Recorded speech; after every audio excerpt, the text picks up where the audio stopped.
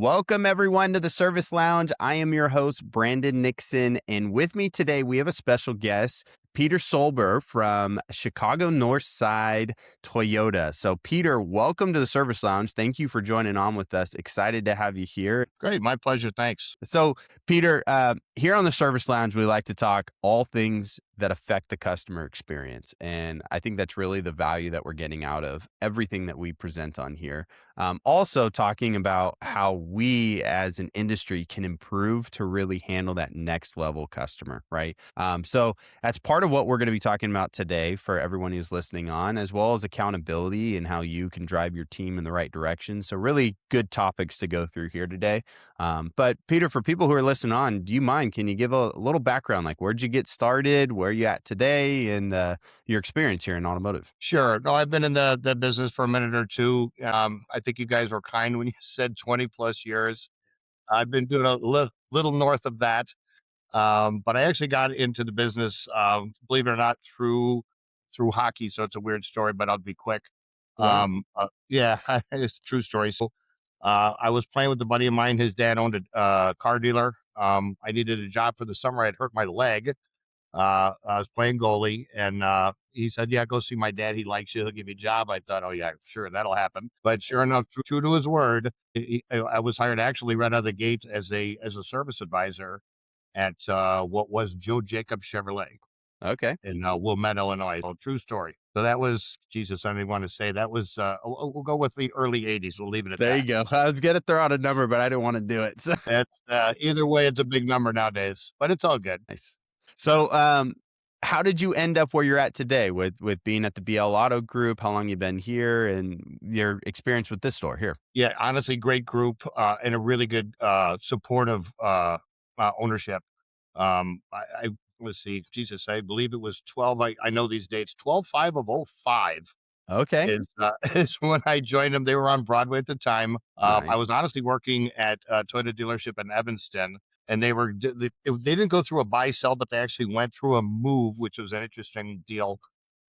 They relocated to Fox Lake Okay. from Evanston, and it was just it was a distance thing. It was just that simple. One way to get there. There's not like a direct shot or a quick way to get there. It was like an hour and a half one way, and so just easy math. You're adding 3 hours to your day, Yeah, and exactly. it quickly changed what my horizon was going to look like. And we parted friendly, to say the least. They knew Chicago Northside Toyota owners and management at the time, and they Okay. said, "Hey, talk to this guy, he's a great guy." And the next thing I know, I've been working for Bob and his team, and it's really been great. That's awesome. Well, I can tell you, your guys' group has always kind of been on from our experience working with you guys, have always been on the cutting edge and the forward thinking. And you guys have an awesome market where you're at, a very busy market, and hectic market where you're at as well. So it's impressive what you guys have been able to accomplish. So, and like I said earlier,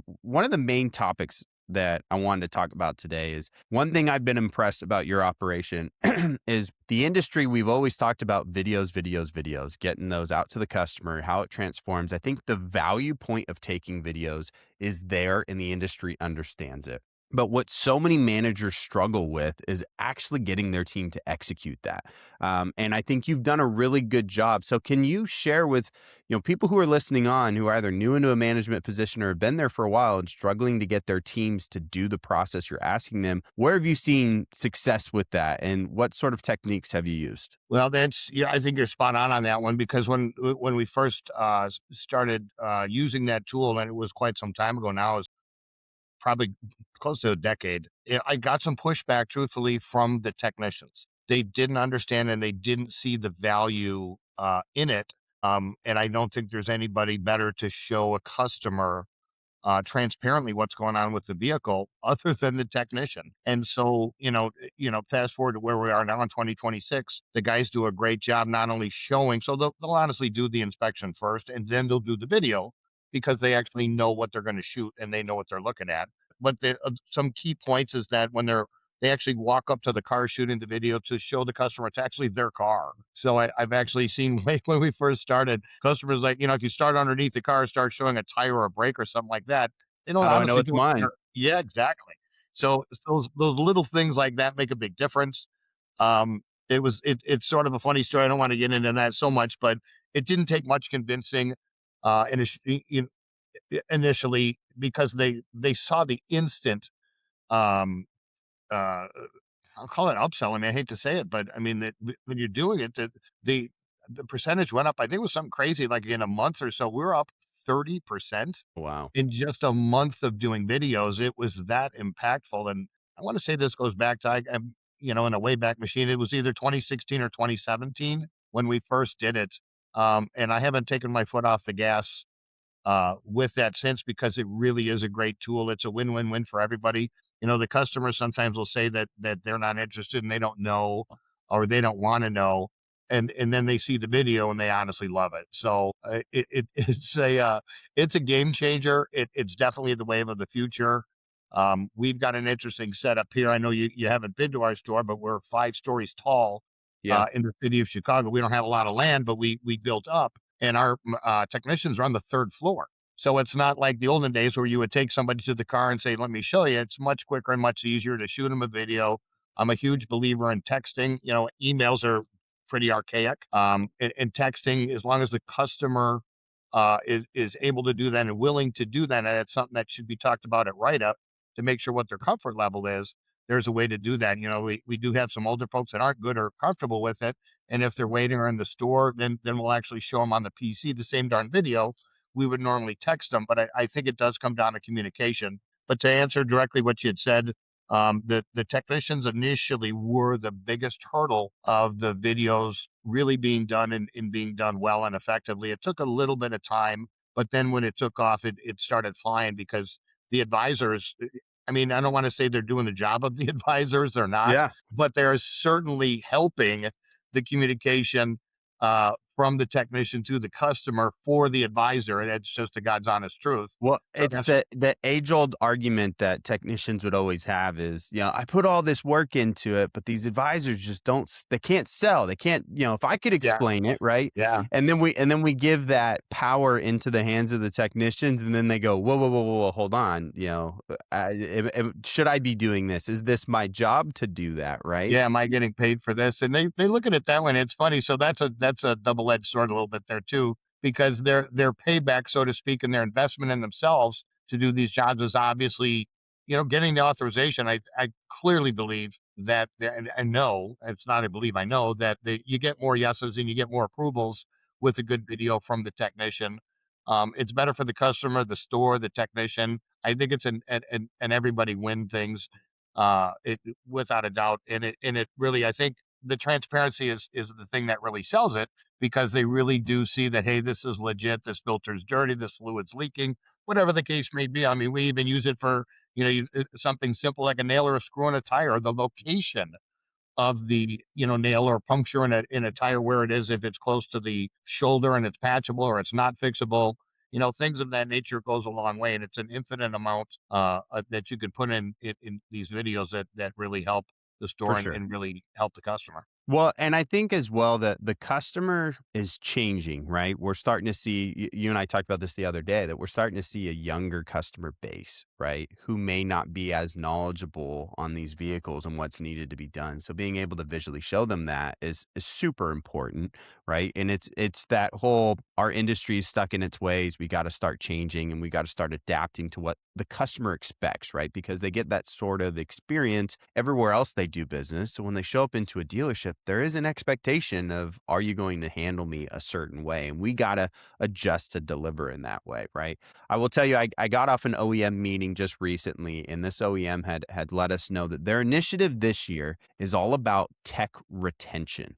And doing their best to make sure that technicians want to stay with that OEM, want to stay at the dealerships and execute where they're at. And so when we start to get pushback, like you were explaining on, the initial introduction of videos, it can affect retention. But I know that you do something a little bit unique on how you kind of have like your mentorship program with your technicians and younger individuals come in. Can you share a little bit of what that looks like? Because I think it's something that's really unique that a lot of stores don't think of, and you guys execute that pretty well. Well, I appreciate it, and it's I think it's a great formula. It works here. I don't know if it's a cookie cutter thing where it work in every store, but but I think if they embrace the principle behind it, I think it would work in most stores. You know, it's almost a foundational thing. When I first came back to this store, I had left briefly and was working at Lexus for a little while, and I came back. The store it was crazy. On one side of the shop was the experienced journeyman master techs. On the other side are the hourly kids and the loop techs, and in Yep. between are a smattering of the semi skills and the apprentices. And it's like there were divisions or walls or cliques that just didn't seem to make any sense, and there wasn't a as much of a camaraderie, helping each other atmosphere as that we have now, and that's kind of what it created. You know, I don't want to say marrying; I'm going to say partnering. I think that by partnering and changing, and changed quite a bit of the guy's location of literally rack placement. So it's a higher skilled guy and a let's say a lube tech and a master tech and a and a semi skilled. And what we did is we challenged uh, the experienced technicians to help the less experienced guys to do these inspections properly, to do great videos in order to effectively help the store and to help the customers with what's needed. And a lot of times now those items that are being recommended or approved, well, those loop techs are not able to do them. They're not at that skill level, and so that's a bit of a payoff, truthfully, for the higher skilled guys. So they're able to do those repairs. And what's really unique is another way of kind of giving back and having that kind of kumbaya sort of a atmosphere is now those higher skilled guys are actually showing the lower skilled guys, if they're not engaged with another car, they're actually showing them how to do these repairs of stuff that they're not able to do yet. So by the time they can do them, well, guess what? Now they've got some experience, and it's a win win win win win. The guys love it. There's just a lot of love in the shop right now. They all help each other and work out. Absolutely, love the shop, love the guys. They've embraced it, and it works well. And I've got technicians clamoring to work here, which is I'm very proud of. Yeah, that's great. Oh, and I think you affect two things on that. Number one, like you had mentioned, you're getting free training for these younger guys, right? These lube techs who are coming in and doing quick lube, and oftentimes I feel like that's somewhere where we see people leaving the industry is like, yeah, I did that for a little while, but it wasn't something I was interested in. I moved on, right? But what you're doing, like you said, not only are they being taught by that senior tech, but now they're saying, shoot, this little bit of work that I did that got this upsell done or this upsell done, I can do that, right? Well, there's no reason why I can't do that. Now I've seen him do that job 10 different times. I can do that, right? So it helps you on a longer term retention of keeping It that does. technician there because they see the opportunity, the money in front of them, right? And then you get those it's the one thing I will say you're doing differently than most stores is the fact that you do have your older senior guys are the ones teaching them videos. That's unique because a lot of times it's opposite. It's the younger, greener guys that are better at doing videos, but you've really been able to get them to execute that. Yeah, they well, because, we didn't start this, like I said yesterday, we kinda we were doing the videos before, but we kinda, I don't wanna say perfected it, but certainly made it a lot better. I would put the guy's videos up with anybody's. They're Yeah, that that's good. great. And then to be able to show and train the kids of what we're looking for is a big deal. So again, it's just a win-win-win, For and sure. there's no downside to that. And again, some I'm proud of the guys, and they do wonderfully working together, and it's really a team atmosphere which they did not have before, but they do now. So, Yeah. but I think they Well, enjoy it. And it works out. yeah, for sure. Well, one thing I will say that I hear a lot of times from management is I'm trying to hold on to, and it's funny because we deal with it on the software side of the business. I'm trying to hold on to my technicians because I got really good technicians, but I got to hold them accountable to doing the process. And it's a fine line between like, hey, do I really got to jump down this guy's back to get done what needs to get done? Or because I kind of need them and I want them to stay here. Right. And so you have to balance that communication. It sounds like from a managerial perspective, you've been able to, get yourself at a good level of how to properly communicate that. I'm sure a lot of people would love to hear, like, what's the best way that you've seen communicating when you've got technicians who aren't going the direction that you want them to, but you Well, see value in them, right?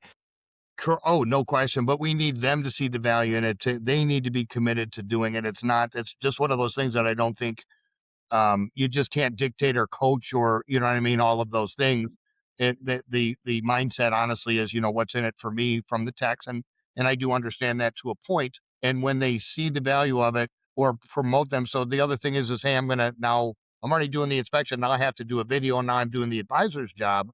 So what we would do, honestly, is we did compensate the technicians, right? The higher skilled guys that are doing these videos, if the recommendations in the video were not authorized by the customer, whether it's one thing, two things, five things, doesn't matter. If even one of them are okayed, the benefit is for the technician to, you know what I'm saying, to get that work Get that the was sold. upsell, right? Yeah. If there's no upsell, well, then we'll give them, it literally was a discounted internally 2/10 of an Okay. hour, and that was their compensation. So they're getting paid no matter what. And that seemed to be the light bulb that started it, and kind of gave them some reassurance of doing it. And then once they start doing it and they see just how great it works, then, then they're in with both feet. And I can I honestly, would again, imagine that that 2/10 you're paying is probably phasing out now because I got to they're tell you getting a something. I lot more don't, upsells, right? if we, pay out more than 2 or 4 tenths a month, I'd be surprised. That's great. So, That's great. yeah, so it worked out pretty good. Again, another win-win, and your guys' tool at Update Promise is one of the better ones, I would have to say. It's easy to use, and the customers love it, the guys love it. The usage of it is easy. And a few years back, I was still with Lexus at the time, and they were definitely saying at the dealership level that they wanted all of their dealerships nationwide to embrace. This is probably 4 or 5 years ago, where they're like, "Hey, this is the way to go," and giddy up and get on board. So it's not a new concept, but yeah, tweaking it and being pretty good at it it's a thing that I think will help the everybody involved. I mean, there's anybody that's not going to benefit from it. Yeah, no, I couldn't agree more. Couldn't agree more. So let's step back and let's talk about industry. You're in a busy area, right? You're in the heart of a big city as well. Where have you seen the industries changed over the last, call it 6 to 8 months, and starting into this new year? What are some insights you'd be able to provide that you're seeing? Like where do you think fixed operations is going? I've been saying for a while, like new car sales are flatlining, but the really good stores are doing really well. What's something different you're seeing either this year or the last 6 or 8 months of the industry for Well, fixed ops?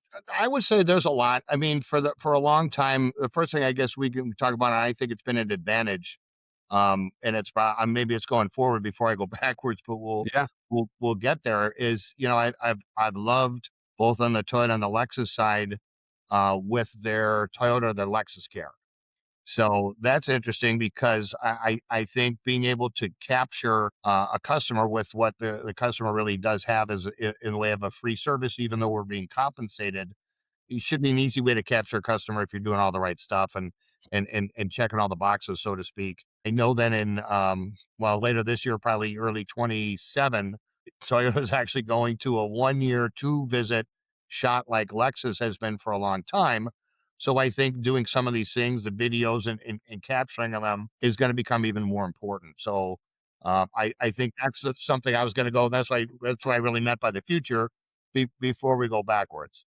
Yeah. So Well, that one I can already see on the horizon. yeah, for sure. And it's going to be a big shift because I mean, call it what it is. A lot of the stores were spoiled by these, five services, these multiple year with Toyota Care. And so now that it's changing, you have fewer, I don't want to say guaranteed, but higher guarantee opportunities to set an impression with that customer, right? If it is only those two services for the first year, when that customer walks through the door and they leave, they better leave saying, yeah, this is the store I want to come to, right? Because you don't have 5 or 4 more services to, impress them with because they're free and that's the opportunity for the customer to come in. So I think it's a big change, but I mean, you can tell Toyota and Lexus, they've done better than any other OEM. So it makes sense that they would kind of scale back a little bit, considering they're like, hey, now we've got people built into the process and environment we're providing. And so let's force the stores to deliver on that. 100%. Yeah, I mean, I'm not gonna lie. I like that support. I like that Yeah, cushion or we all do.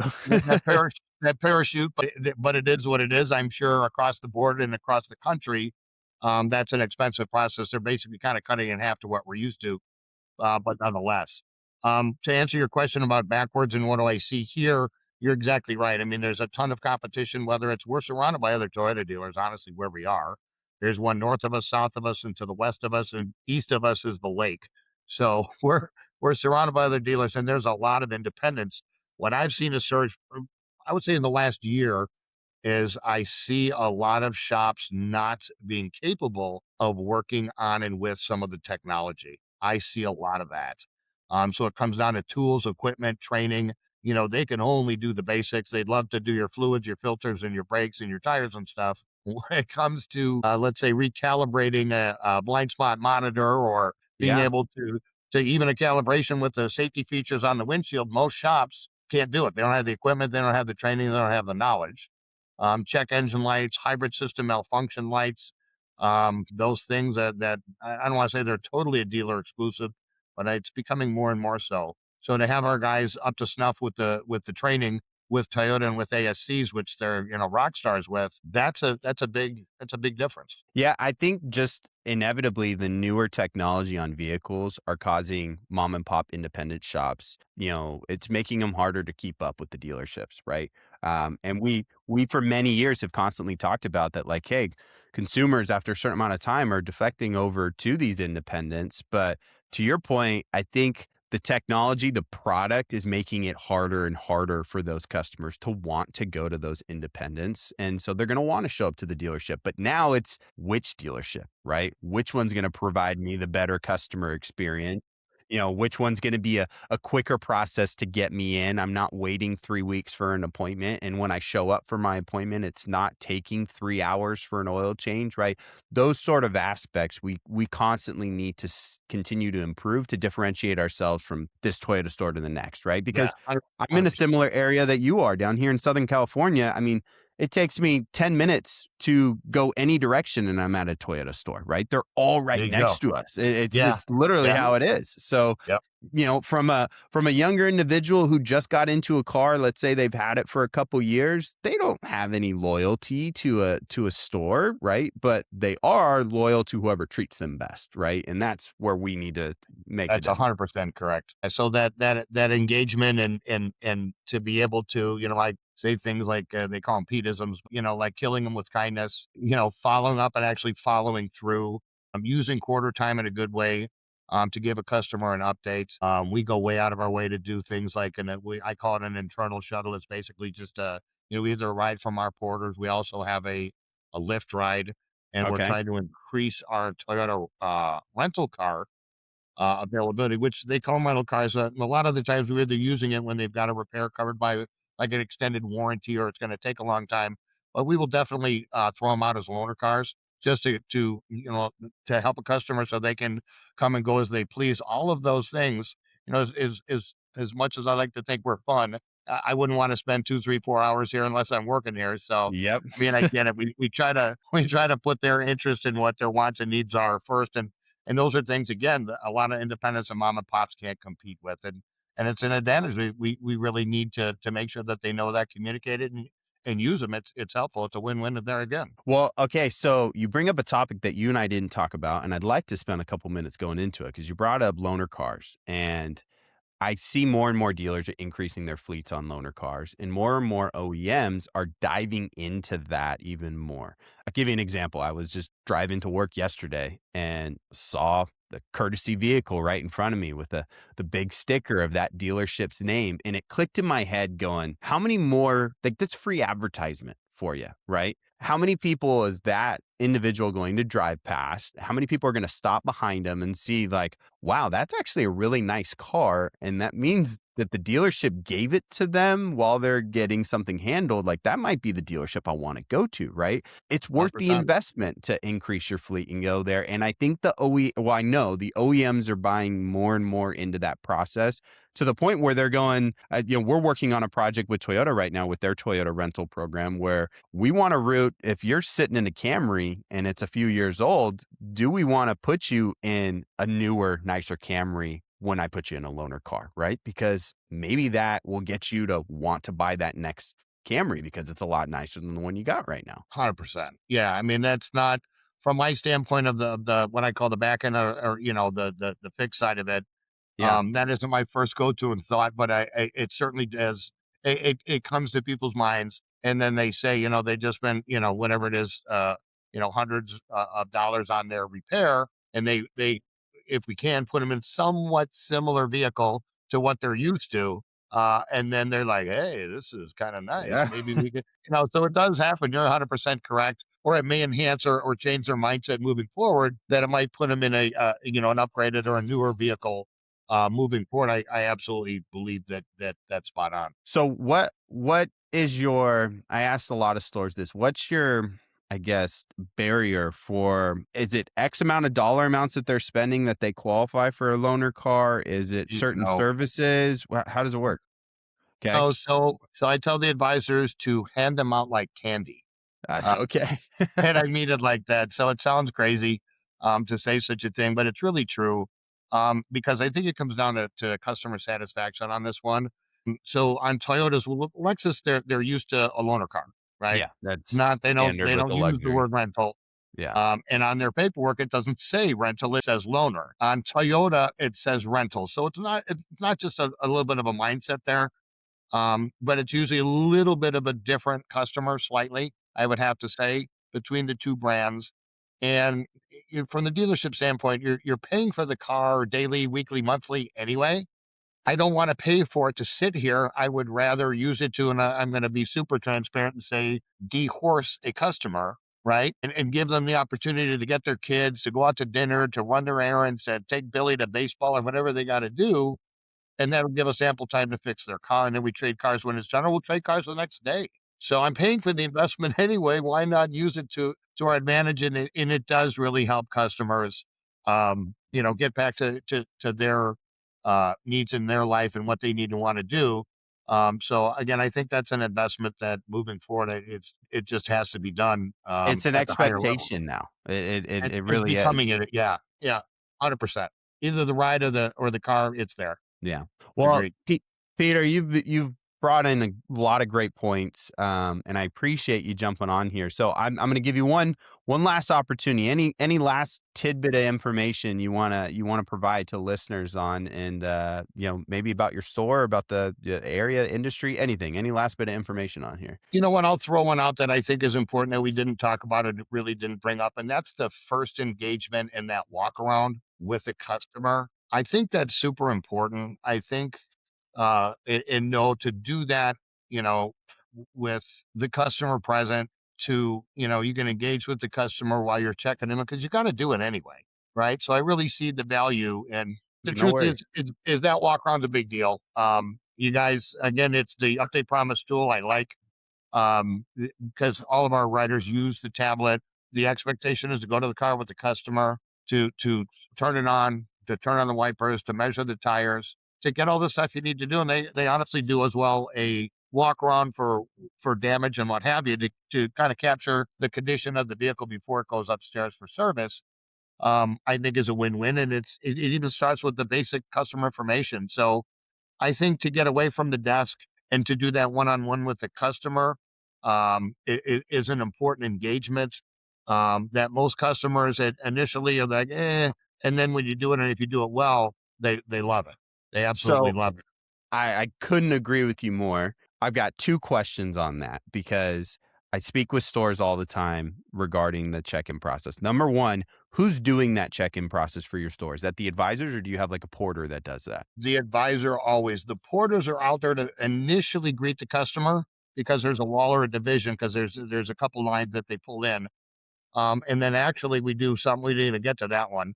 But the porters will then vacuum the driver floor. They'll put down the paper and the plastic on the driver's seat, and then they use I believe it's a DS5000 battery test tool to make sure that's done before the car even goes in the shop. Wow. Okay, that's great. I mean, what I love is that you're actually having the advisors go out there. I'll tell you, there's so many stores that I speak to where they're like, "Yeah, my advisors are so busy they can't go out and do that." And I, the impression that it sets for the customer to know that you walked out to meet with me at my vehicle, number one, is a huge difference maker. That's why we have greeters. But then to the fact that you got out of your desk and you're the one I'm going to be working with, and you spent the time to be shoulder to shoulder with me, makes it even bigger difference. So applauding to you that you have the advisors do that, because I will tell you it's even more difficult And you're not in a nice warm area. You're in a cold area. So that's the second part of this is how do you handle that? Do you have an you've got an indoor, service drive with doors that We go do. up? Yeah. Okay. No, we Yeah. have to, and we do. We've got Yeah. the fast up doors, the whole 9 yards, so it's really not that bad. The heaters out there are the size of automobiles, so There you go. even Okay. if it's cold, it tends to be pretty decent out there. We don't wanna, freeze out the employees or the customers, but you're exactly right. Those are the kind of things customers notice. I always see a better engagement, when you do a great walk around and really show the customer. I think it shows that you care and that you're engaged and you're looking to help them, and they've got your undivided attention in that, situation, so I think it pays. Yeah, absolutely. All right. Well, Peter, again, thank you for the time and for everybody listening on. Really appreciate you guys listening on. And Peter, we'll have you on future sessions. I want to see at the end of this year how this year goes for you because the stuff that you're doing is next level, and you're staying on top of your team, which is very impressive. So thanks again for jumping on, and really appreciate you taking the time. My pleasure. Thanks for having me. Have a great All one. right. Thanks, Bye everybody. now. Have a great one.